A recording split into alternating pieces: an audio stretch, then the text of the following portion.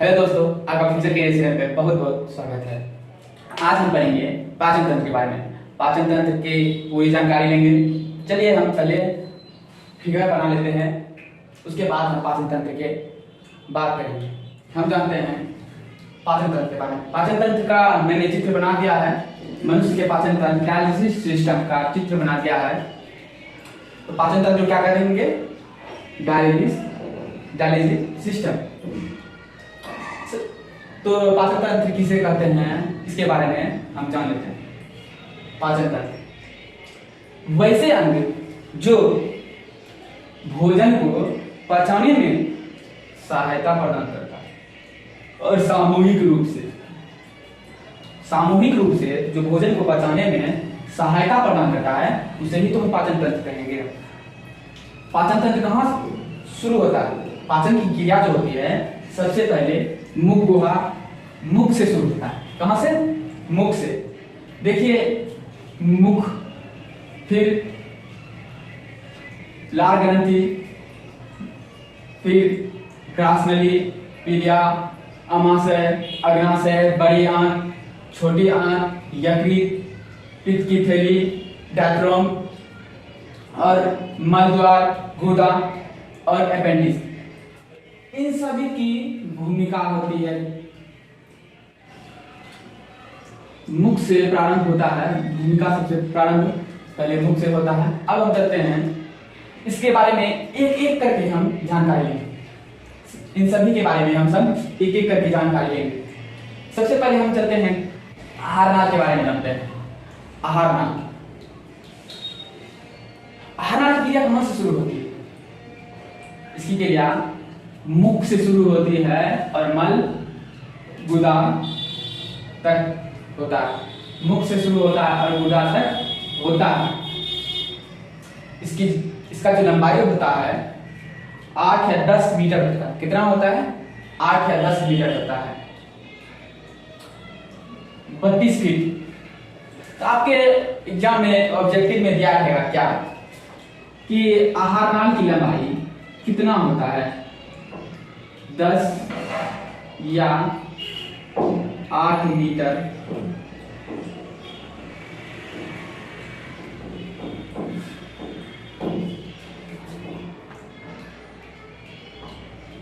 B में दिया रहेगा 7.5 मीटर। सी में दिया रहेगा 12 मीटर और डी में दिया रहेगा, डी में क्या दे रहेगा? 7 मीटर। तो आपको मैंने बता दिया है इसकी जो लंबाई होती है आहार नाल की, 8 या 10 मीटर होता है। तो ये दिया है, ठीक है। अगर आपको ये ना दिया है तो दिया रहेगा 32 फीट।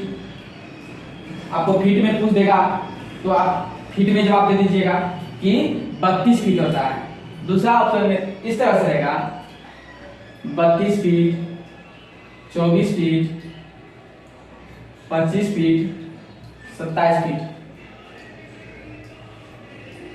27 फीट।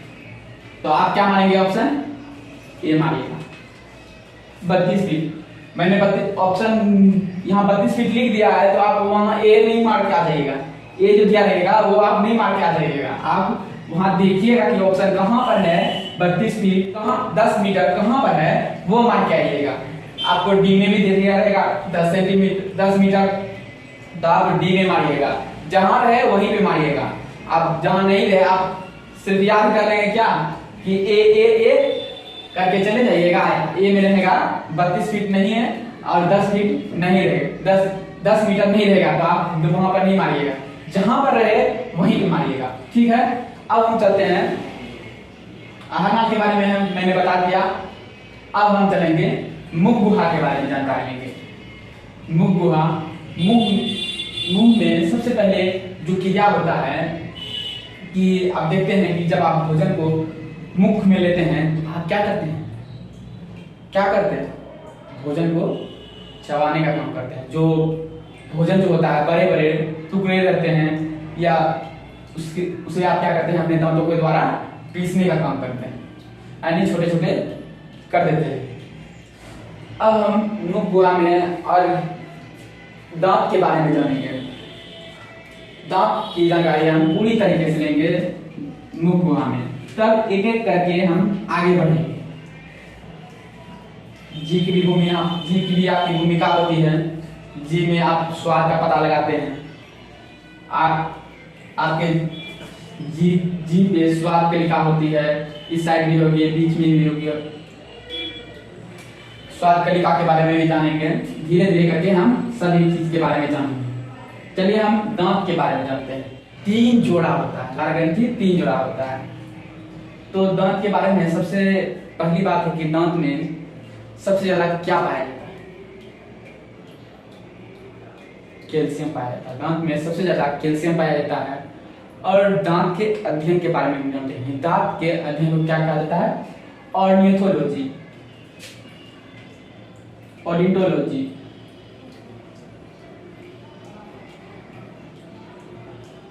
ऑडिटोलॉजी। दांत के अध्ययन में क्या कहेंगे? ऑडिटोलॉजी। दांत में जो 85% क्या होता है? दांत में 85% कैल्शियम फॉस्फेट होता है। क्या होता है? दांत में 85% कैल्शियम फॉस्फेट होता है। और 10% हो जाता है, 10% भाग दांत में calcium carbonate, CaCO3, calcium carbonate. ये क्या है? दांत है। दांत के ऊपरी परत को क्या कहेंगे? इनेमल, ENAMEL,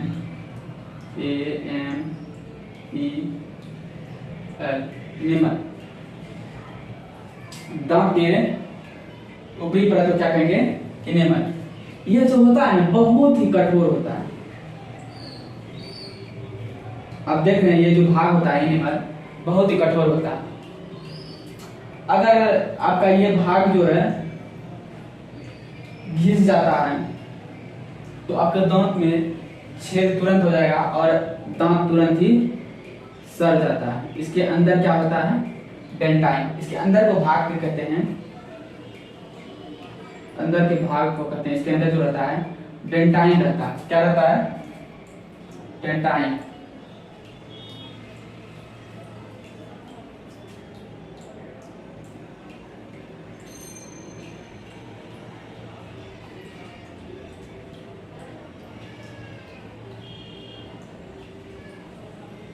क्या होता है? डेंटाइन।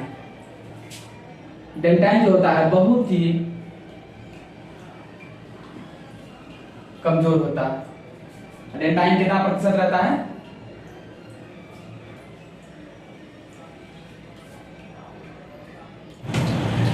तो बाहरी परत जो होता है डेंटाइन होता है, अंदर का परत जो होता है एनिमल होता है। और इसमें 5% क्या होता है? Calcium chloride. कैल्शियम क्लोराइड होता है। फिर हम जानेंगे अब दांत के प्रकार के, दांत के अलग अलग प्रकार के बारे में। दांत के 4 प्रकार होते हैं: इंसिजर, केनाइन, प्रीमोलर, मोलर। क्या क्या होते हैं? Incisor, canine, premolar, molar. आपके बुक में दिया रहेगा कतरनक, भेदक, अर्ध चवर्णक और चवर्णक। इंग्लिश में आप क्या कहेंगे? Premolar, molar. क्या कहेंगे इंग्लिश में आप? Incisor, canine, premolar, molar. Incisor, मेरे साथ बोलिए, incisor, canine, premolar, molar. Incisor, canine, premolar, molar. Hindi medium में क्या रहेगा? कतरनक, भेदक, अर्धचवर्णक, चवर्णक। इंसिजर किसको कहेंगे? इंसिजर किसको कहेंगे? कतरनक को। आगे वाली जो आपकी दांत है वो क्या करता है? आगे का दांत, ये जो आपका आगे का दांत जो है इसको हम कहते हैं इंसिजर। ये काटने का काम करता है। कतरनक ये काटने का काम करता है। आप जो किसी चीज को, यानी आप बिस्किट खाते हैं तो आप क्या करते हैं? इधर से काटते हैं, आप आगे से तोड़ते हैं, तो इसको क्या कहेंगे? कतरनक। और उसके बाद होता है भेदक। भेदक, केनाइन। इसके बाद आता है भेदक कैनाइन, ये नोक वाला जो रहता है, नोक देखते हैं कि नोक रहता है, नोकीला भाग रहता है, उसको क्या कहेंगे, फाड़ने का काम करता है। देखते हैं आप जो जानवर देखते हैं उसमें बहुत बड़ा रहता है, फाड़ता है, मांस को देते हैं, मांसाहारी जानवर को, ये बड़ा रहता है, वो क्या करता है, मांस को चीरने का काम करता है, उसे क्या कहते हैं, भेदक। और प्रीमोलर, प्रीमोलर इसके बाद दो प्रीमोलर होते हैं, कहते हैं अग चवर्णक, इसी से चबाते हैं। फिर चवर्णक होता है जो लास्ट में होता है, क्या होता है, लास्ट में। ये मैंने दांत का एक भाग बताया, 4 भाग होता है, 4 भाग। इंसिजर की संख्या 2, कैनाइन की संख्या 1, प्रीमोलर की संख्या 2 और मोलर की संख्या कितनी होती है, 3। जो मोलर होता है 3 होता है। जो ये तो 8 हो गया, 2 3 4 5 6 7 8। 8 इस ऊपर रहेगा, 8 नीचे रहेगा, 8 इस तरफ रहेगा और 8 इस तरफ रहेगा। लेफ्ट राइट, ऊपर में लेफ्ट राइट, नीचे में लेफ्ट राइट साइड रहेगा। कितने, 32 दांत।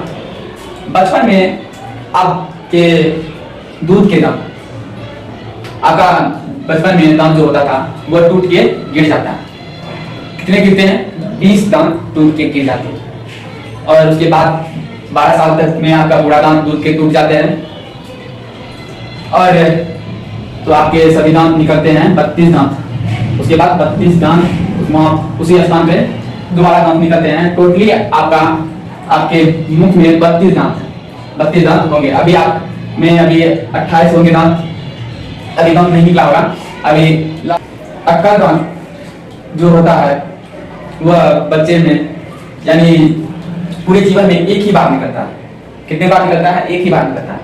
बच्चे में जो होता है थर्ड मोलर, यानी मैंने कहा था कि मोलर के 3 होते हैं मोलर, तो ये जो थर्ड मोलर होता है यह बच्चे में नहीं पाया जाता है। बच्चे में क्या नहीं पाया जाता है, थर्ड मोलर। और इंसिजर, कैनाइन, प्रीमोलर, ये जो प्रीमोलर जो है ना बच्चे में भी नहीं पाया जाता है। बच्चे में प्रीमोलर नहीं पाया जाता है।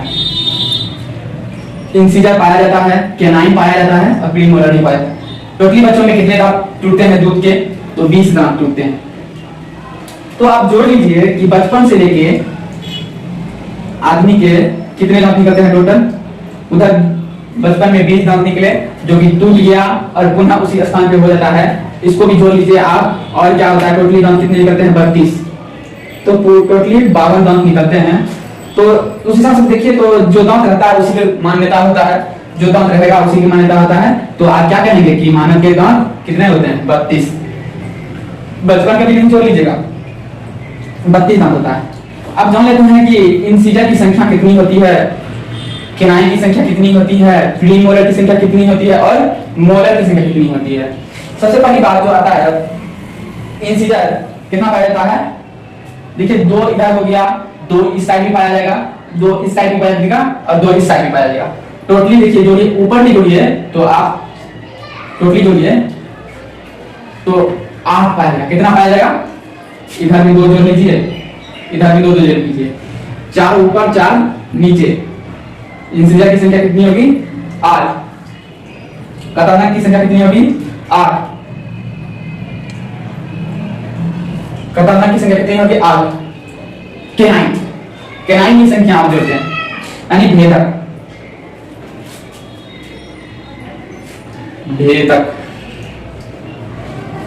कितना निकलता है, मैंने कहा था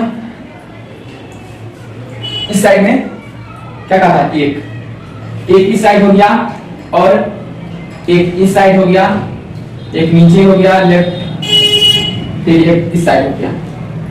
इसका कार्य क्या है, फाड़ने का कार्य। ये जानवरों में पाया जाता है। किसमें पाया जाता है, जानवरों में। जानवरों में बहुत ही नोकीला भाग होता है, मांसाहारी जानवर। किसमें, मांसाहारी जानवर में ये बहुत ही लंबा होता है। शेर का देखिएगा तो लंबा रहेगा, चीता, बाघ सबका ये सब मांस को फाड़ने में कार्य करता है। आप आगे ले लीजिए, आपके दांत है, आप क्या करते हैं, कोई लेज या चिप्स ले लीजिए, लेज या चिप्स खाते हैं ना, उसको जो आप फाड़ते हैं, किससे फाड़ते हैं, इसी तरह से फाड़ते हैं। इस दांत से फाड़ते हैं। देखिए नकेला भाग है, तुरंत प्रैक्टिकल करके देख लीजिए। किसे फाड़ते हैं? कैनाइन से। कतरना की संख्या कितनी होगी टोटल? 4। अब चलते हैं प्रीमोलर के बारे में। अब